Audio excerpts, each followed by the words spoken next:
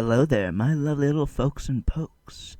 I am the Chronic, and I would like to perplex an idea, a theory, if you will, about everyone's favorite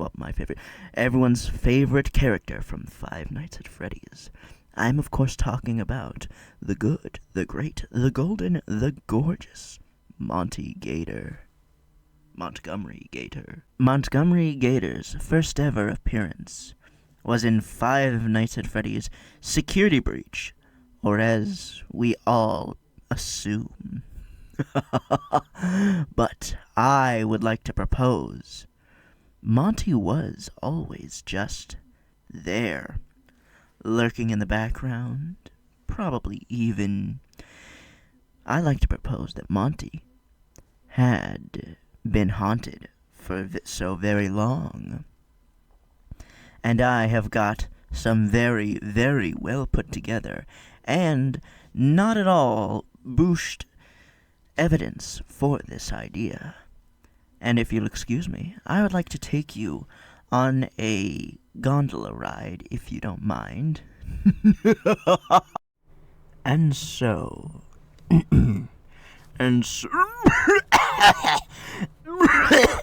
As we all know, Montgomery's first ever canonical appearance in the Five Nights at Freddy's universe was in Secret of the Mimic, where he was a cute little jug band guy playing on his lovely little banjo and just being so doggone adorable. But I would like to propose that Monty was always there in Fazbear Entertainment. His spirit was always inside of the minds of the people. I would like to propose that Monty was haunting the entirety of Security Breach and the entirety of Five Nights at Freddy's all on his own. I will be going in game order as opposed to canon order, because that would be confusing as all hell. But first, let us discuss Five Nights at Freddy's 1, Scott's last hoorah that actually turned into his massive money-making machine. In Five Nights at Freddy's 1, there are no outward references to Montgomery Gator, but I would like to propose that the hoax character of Sparky the dog, that was never a dog. That was always a gator. Same with that endo in the back room. That is obviously Monty's endo. Just get a look at the eyes. It's clearly whatever... Okay, actually I have no idea what the hell Monty's eye color is. It's so inconsistent. It's either red or orange or something. There are also those crying faces on the walls, with the fact that clearly those weren't written by the ghosts. No, those were put there by Montgomery Gator, as he is very sad because he was left out of this game, in a sense. Though, again, he's always creeping his way in there. Our next appearance for Montgomery Gator was, of course, in the greatest sequel of ever, any time, Five Nights at Freddy's 2. With all of its very many robots, Monty was always there. You just never, ever noticed. You want to know why? Because he was always just hiding behind Toy Freddy's fat ass. Like, every single shot that Monty managed to make it in, Toy Freddy just managed to block him out with his fat ass. This all, of course, was Toy Freddy's attempts to steal the spotlight from Monty Gator. Also, there's the fact that he's fat. There are also the accusations that Toy Freddy did all of this entirely on accident, which is also incredibly possible. Anyways, let us move on to Five Nights at Freddy's 3, where he always comes back. But also, Monty always comes back. Rock and roll, because he makes a cameo as this little guy with a goofy-ass gator mask. I've seen a bunch of people trying to say, oh no, it's a character from the books. No, shut up. Anyways, yes, we do see Monty chilling out yeah, he sure is just sitting there with Pig Patch enjoying a nice, lovely cake, and Yeah, that's kind of it for what he actually does. It's not that much, but Monty just decided to take a break for the game. Chillax again with his pal Pig Patch. The two discussed all that stuff about how Monty would be just plainly put overshadowed if he made an appearance in this game. You know, since, well, this game has already got so much green in it that, yeah, Monty would definitely be overshadowed. And he didn't want that. And so, yeah, he's just sitting there on the table, talking with his pal Pig Patch about, stuff. I mean, they are both Southerners, so, like, let's be honest, we all know what they're talking about. Yeesh, kabobble, wobble, yikes, yeesh. Oh, shut up. Anyways, Five Nights at Freddy's 4, a cool-ass game. Feel a game of betrayal and big, sharp, spooky bear teeth. But we should always be afraid of the gator inside. No homo. But yes, I do have reason to believe that Monty is in this game, as he's probably just sitting in one of those doors, twiddling his thumbs, occasionally waving at Plushtrap. I like to imagine they're cool. I can totally see them being, like, super rad with one another. Yes, but also, there is also the proposition that all of those weird little laughs that you hear in the background during Nightmare Fredbear's boss fight, that isn't Nightmare Fredbear. He does not have the vocal cords to do that. That was just Monty. In fact, like, yeah, every single sound that you hear in this game, that's just coming from Monty. All that breathing that you hear for some weird reason, that's just Monty. The dog barking in the background, also Monty. Let's see. The jump scare sound effect, also very much Monty. It was all Monty. But anyways, yes, let us move on to the sister location. It's quite funny how we actually know what this word means. And that kind of scares me. And so, you may be wondering, where could Monty be? Could he be under the desk, holding the thing back to not let those little mini-mitts in? Or could he be in Funtime Foxy's room, going on about how he's the star, no, he's the star, no, he's the star, no, you're the star, no, I'm the star, yeah, we're the star. But yes, I would like to propose that Monty is actually the creep who's spying on that little guy. It was never William Afton. It was actually his great accomplice, Monty Gator. And you may be wondering, why does Monty want to keep tabs on this little kid? Well, you see, that is because this child is plot important, and Monty wants that. He wants it bad, and he will do anything, okay, maybe not everything, to get it. He'll even do something. I don't know, man. I don't know, man. Alright then, so like next we've got Pizzaria Simulator, and you may be wondering, where could Monty be in this game? Well, Monty is, well, you see, Monty is actually the jar of pickles.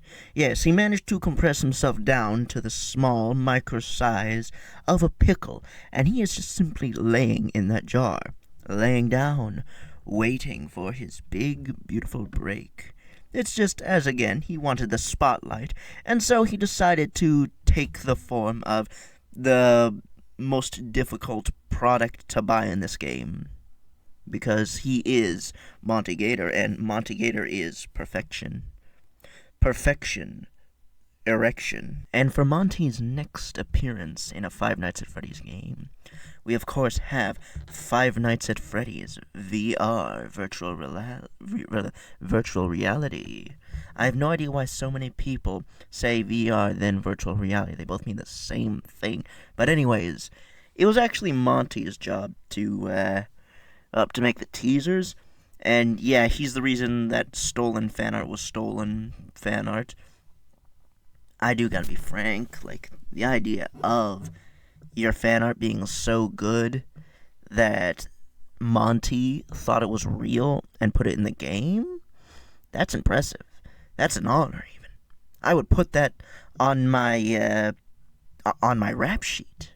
I'd rap about it, even. But yes, that does also mean that he's the reason why Nightmare Freddy was briefly brown for those few seconds. But aside from that, Monty didn't do much with that game.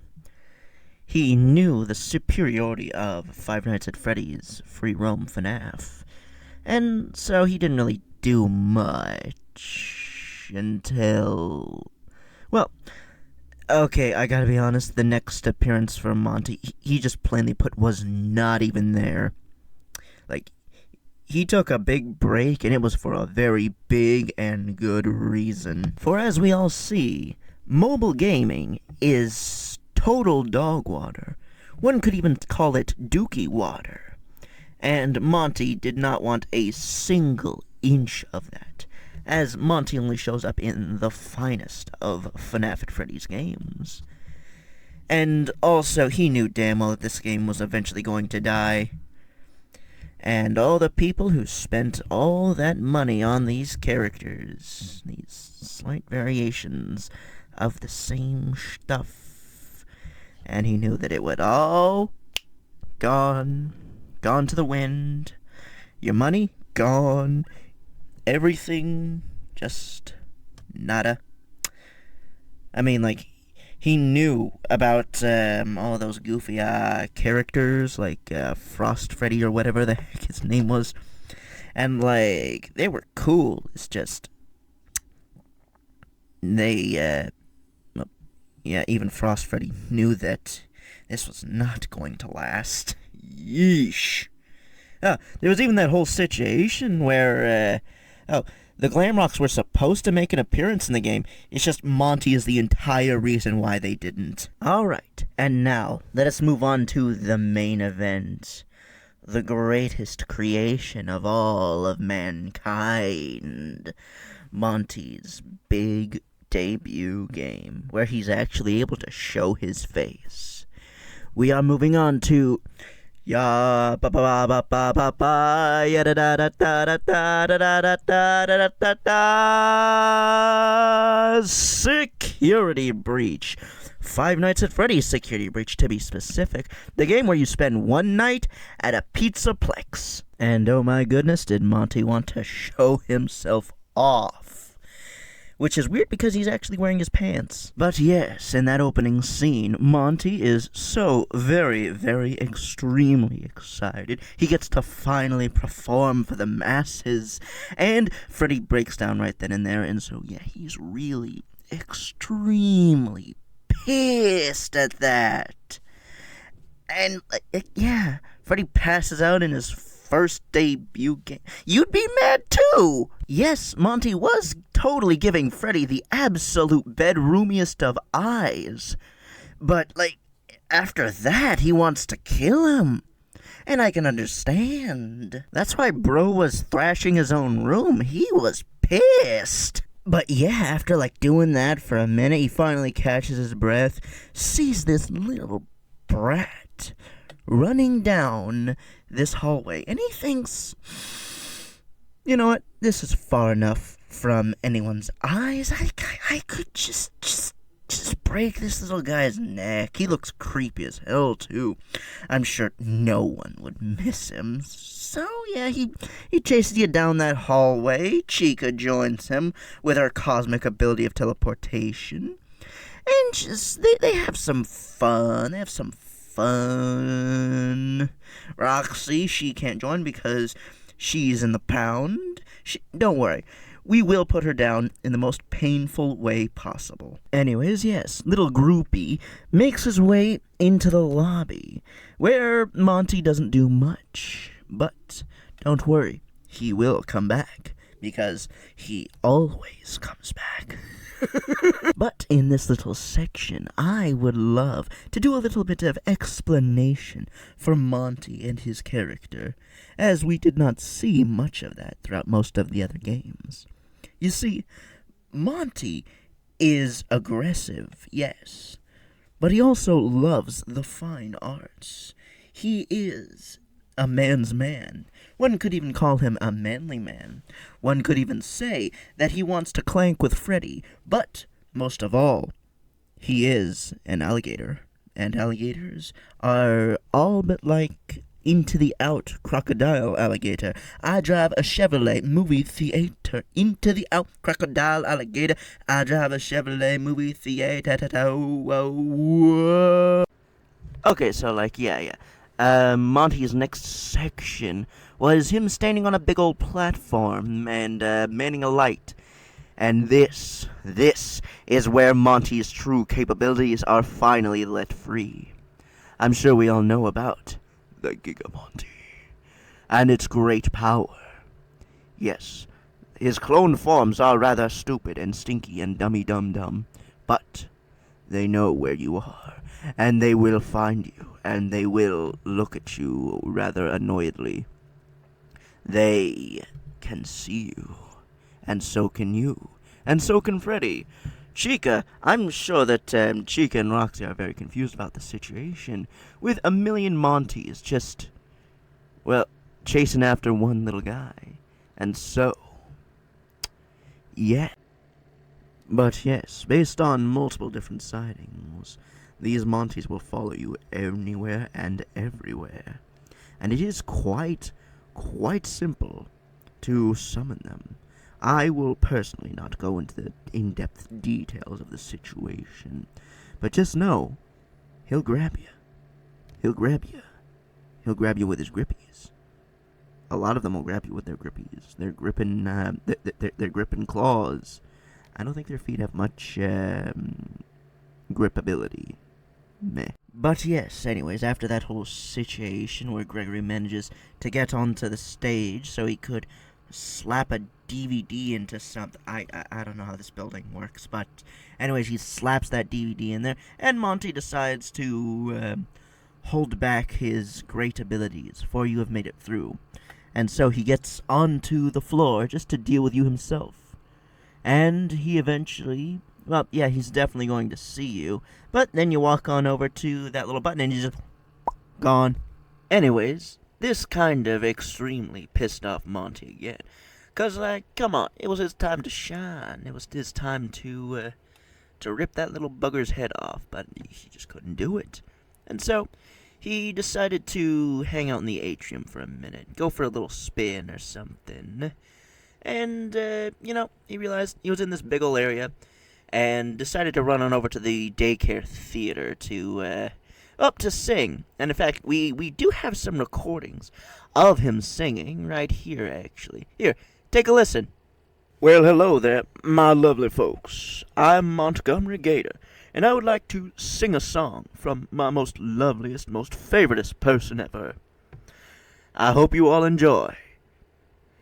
They call me Miku, Miku, Ryu. They call me Miku, Miku, Ryu. Yeah, I'm Miku, Miku. Yes, anyways, eventually Monty decided to, get into a little brief smidgen of game development. The little arcade machine that you can reach in that one area. Yeah, Monty just made that because, come on, come on, it's Monty. He's definitely got the smarts to make a video game. Also, there's the fact that he's like a robot, so meh. I think he'd definitely have the qualifications to make a video game of all things. It's not like Phasma Entertainment definitely was going for that whole situation of, oh, he hates Freddy, but no, he doesn't actually. Anyways, whole ass situation of yeah, it's just a bunch of golf holes some of them mention him or Freddy. Kind of surprised that the entire golf thing wasn't just themed around Monty, not gonna lie. Because, like, I mean, come on, it's Monty. He's beautiful. Most also, like, he's beautiful. Come on. I even gave the daycare attendant their whole own hole. Because, like, come on, these guys, they're definitely friends. Like, the only place you can actually, like, normally encounter Monty in the game itself is the daycare area. And so I think they're very good friends. They're very good friends. They know each other from Murray's Costume Manor. I think they very much do enjoy each other's company. Anyways, after all of that doohickey and doo-how, Monty, he decides, you know what, I'm just gonna hang out up on the catwalks, cause, like, come on, he enjoys being up there. Hey, there's like that whole situation of that little note that you can find where it says Monty is just actively skipping performances, and so, like, yeah, I think he's definitely just gonna go and hang out up there after chasing around some ugly little mug for hours. But then, holy crap, he sees him. He's right up there with him. It's that little Shinchin. And he's just, yeah, why wouldn't he? You know, he thinks, maybe I'll take a few more swipes at that little guy.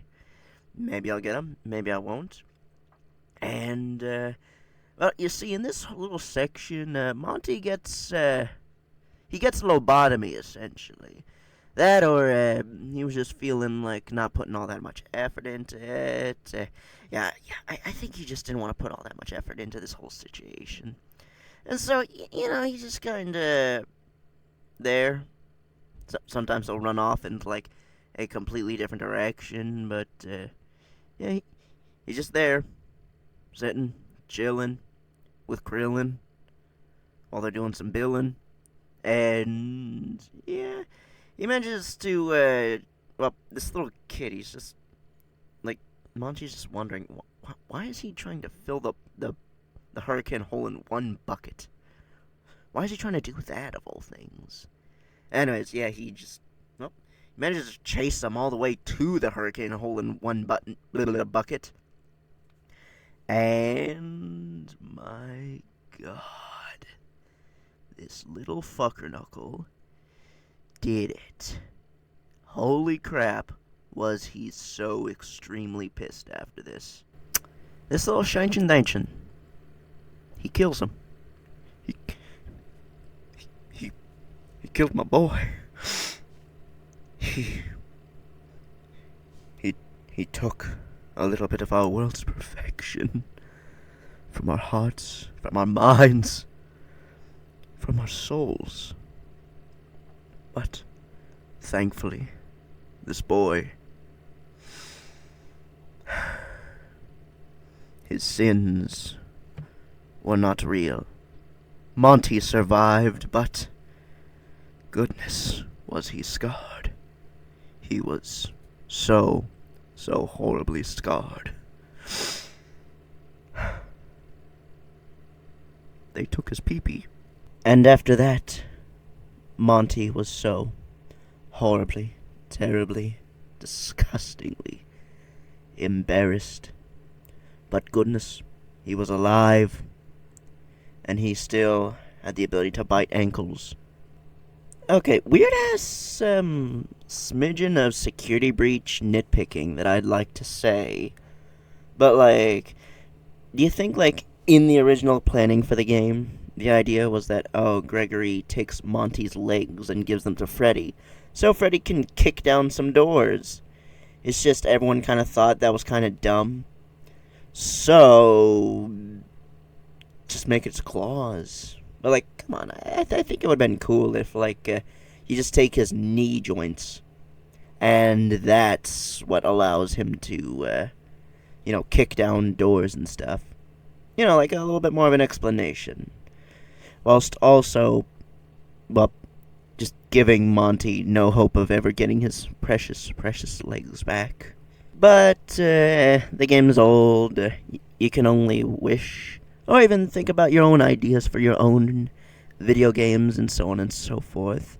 Or, hey, apparently there's that one mod that's going to just, like, entirely remake the entire story of Security Breach. Actually, that kind of reminds me of that other mod, where, like, the whole point was just returning a bunch of old cut content in Security Breach. And just, like, come on, there was definitely more you could have done with all that cut content. Like, more Monty. A scene of Monty doing something, I don't know, man. Just give this doggone gator something to do.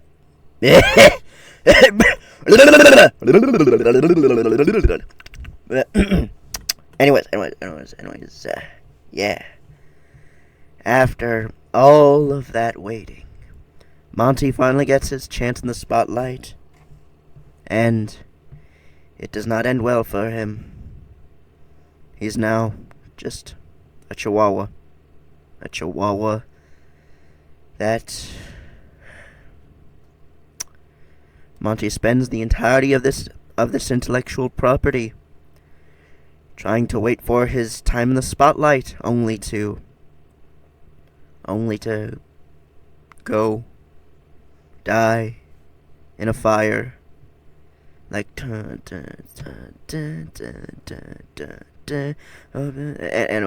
yeah. He waits his whole time to get into this intellectual property, and boom, he's gone. Reduced to atoms, practically. Look how they massacred my boy. He used to be so beautiful.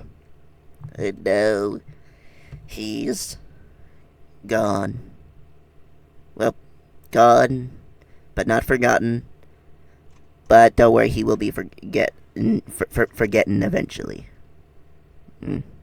Anyways, you may be wondering what might have happened to Monty after the accident. The whole situation where he got his noggin absolutely kabonked by groggery. And, well, you see, he kind of got a lobotomy, kind of. No, not really. Like, there wasn't a screw shoved in there, but there was definitely something jammed in there some point. Like, I'm sure they had some random employee just walk in and jam some shit in there. Because, like, in Ruin, he's just a dog. He don't even got that dog in him. He is just a dog. He is an extremely slow dog. He is a dog that does not know how to chase. He don't know how to do darn thing. He's just an extremely slow, fat dog. And yeah, after that whole situation, you know, he starts chasing Cassie throughout the Pizzaplex, thinking she's a fan of him. Even tries to give her a little smooch with the back of his mouth. It's just unfortunately he doesn't have lips. And after that whole situation, well, yeah, he is dogging her like a dog without any brain cells, and so eventually he gets electrocuted by a Bonnie sign. And that's a whole other situation that I am very likely going to get into. And in fact, I would like to propose that Markiplier's theory is 100% correct and very factual, purely because it actually makes so much sense. Okay, so, like, I'm sure we all know about the whole situation. You know, there was that one lovely little episode where Markiplier was explaining what he thought happened to Bonnie. And doggone it, it's kinda just sounds like, yeah, that would totally happen. I will try my best to recreate the glorious vocal performance of Marky Moo. But, like, anyways, so, like, okay, so Bonnie, he was just screwing around in the backstage of Bonnie Bowl when, like, he starts, he throws a bowling ball at the wall because balls and walls always mix. Well, actually, he kind of got it confused. He was actually thinking about balls and jaws, but that's a whole other story.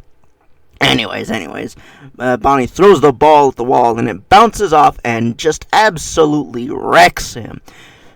hits his chest, makes him bounce backwards onto something else, absolutely bashing his head in. And then he just falls down and dead. Dead as a doornail. Dead as a dumb doodle-a-doo. And so, well, yeah, he just kind of lies there for a minute, and then eventually, Monty, he walks in, and he's like, holy crap, Bonnie's dead, oh, holy crap. And so, he thinks, I should really take charge of this situation. I should make sure that nobody else dies in this situation. And so he puts like all sorts of wet floor signs around the rabbit. And he's like, okay, so I gotta make sure that nobody else sees this because, like, holy crap, this would absolutely fry Freddy. Very factually, I'm pretty damn sure. Like, yeah, I'm definitely sure that Freddy would fry if he saw this. And so, he starts blocking this area off, and he just kind of tries his best in this situation. But then there's the realization that, like, oh crap, everyone's gonna know, oh no. And so, yeah, Monty starts acting all sorts of suspicious, even aggressive. And so, like, yeah, you can definitely understand the whole situation. But, yeesh, tinking wall, bing bang. And, yeah, there is also just the counter story that, Bonnie was just screwing about, and Monty got so mad at him that he pushed him off of the...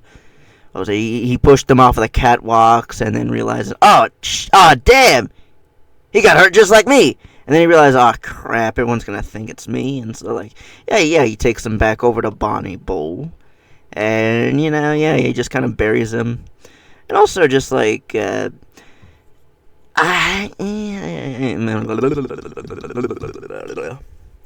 just don't think that Monty has it in him to actually want to kill Bonnie. I mean, look at him. He's beautiful. He's a glorious gator. Hey, who killed who? Ain't nobody gonna know, and on God, I'm pretty damn sure that's kind of how the story is made. Security Breach is it's a good game. It genuinely is. It's like a, it's like an unfinished jigsaw puzzle. There's so many ways you could finish it. It's just, wow, y'all think of your own little ways. But, the whole situation with Monty and Bonnie is intentionally excruciatingly vague. But, I mean, like, yeah, he definitely killed him. Like, I feel like that's kind of like the whole situation with the Bite of 87. So many people are going on about how, oh, no, it was someone else. It was someone else. No, it wasn't. It was the other one. Kind of like how, so many people have been arguing, oh shoot, Mangle didn't do the Bite of 87 because, then you get a look at her jump scare, and her jump scare is literally just her biting your brain out. There is no other way you could have interpreted that. Her jaw is perfect for biting your brain out. There is no other way you could have interpreted that, and yet I still see people going on and on about how, oh shoot, it could have been Toy Freddy. No, his jaw is way too small. He very much just likely breaks your bones whenever he gets to you. Oh, it could have been regular Freddy. No, he was in the back. Oh, it could have been Chica. No, her jaw is broken. And like, all the evidence just points to Mangle, and everyone's just like, nah. But anyways, that's just a whole ass other tirade for another doohickey. Maybe I'll actually script it this time. Who knows? But anything, and anyways, the anyest of anyways. The whole situation that I'm trying to spell out with this video is that Monty is a gorgeous character, and that he's like the closest thing that we have to actual Five Nights at Freddy's characters. Like, hey, think about it. Like, way back when, we got, like, barely any actual characterization for these guys, and yet we were able to write, like, whole, books about these characters, going out on cutesy little adventures, meanwhile, the, corpses inside of them And I just really like Monty. He's such a cool dude. I wasn't 100% on his design way back when.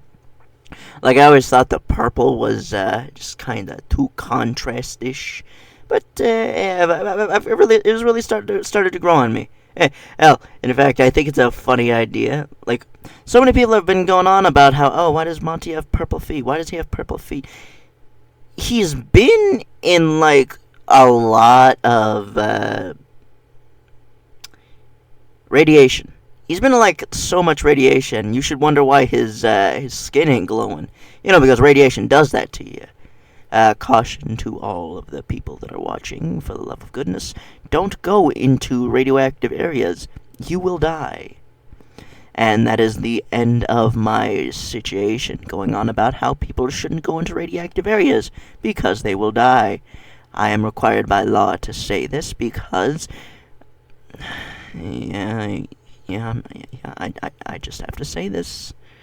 Because I know that somebody be going, maybe I should, maybe I shouldn't, maybe I shouldn't, maybe I should just stay home and shit my pants. Yes, but anyways, that was my massive tirade about how Monty is the greatest Five Nights at Freddy's character ever, and how no one will ever meet his gorgeousness. The Mimic?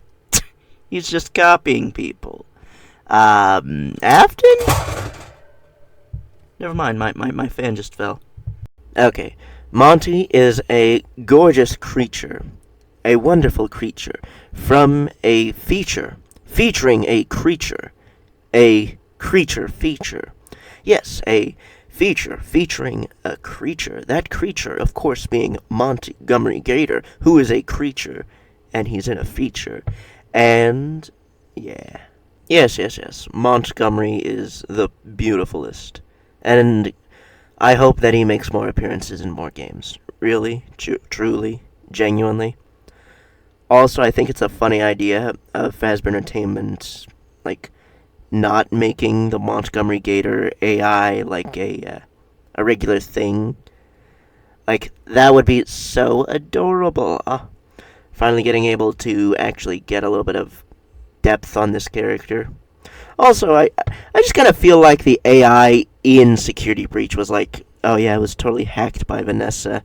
And Vanessa just thinks, meh, they're just robots. And lets this kid absolutely destroy them. And then she just leaves them. Vanessa is kind of an asshole for that. She's kind of an asshole for a lot of things, but that's one of the main ones. I don't want to be like a victim blamer, but like she did that. No repercussions. I feel like Vanessa is like an extremely crappily put together character. Like, I really love this cool idea. It was an old theory from way back when that I just feel like would be so awesome for Five Nights at Freddy's. The idea of Afton getting a cult around him. Because, like, I mean, come on. The fact that actual monsters get people who just love them so much. And I remember when I was a kid, and he was such a nice man, but he did this horrible, terrible crime against humanity. It just makes him more sexy. And just, oh my god, that's horrible. You need to see help. But who has money for therapy, am I right? Alright, this part is actually scripted. That was my first time ever actually, putting together a lovely long-form video. My first time even using editing software. I'd say it looks pretty good. I'll probably regret saying that. I'll probably say it's cringe, and of course, can't forget the fact that this video is cringe. I hope you all enjoyed the video. I've got my DeviantArt page down in the description, in case you want to get a look at that. Also, the description is literally the thing below the video. Weird-ass situation, but, like, For the longest time, I had no idea what the hell a description was.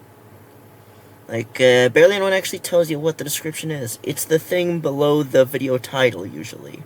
Unless YouTube updates that. They probably will. It's gonna be excruciating, but likely. Anyways, on my DeviantArt page, I've got some lovely little doodles. A few of them are even of Montgomery guitar.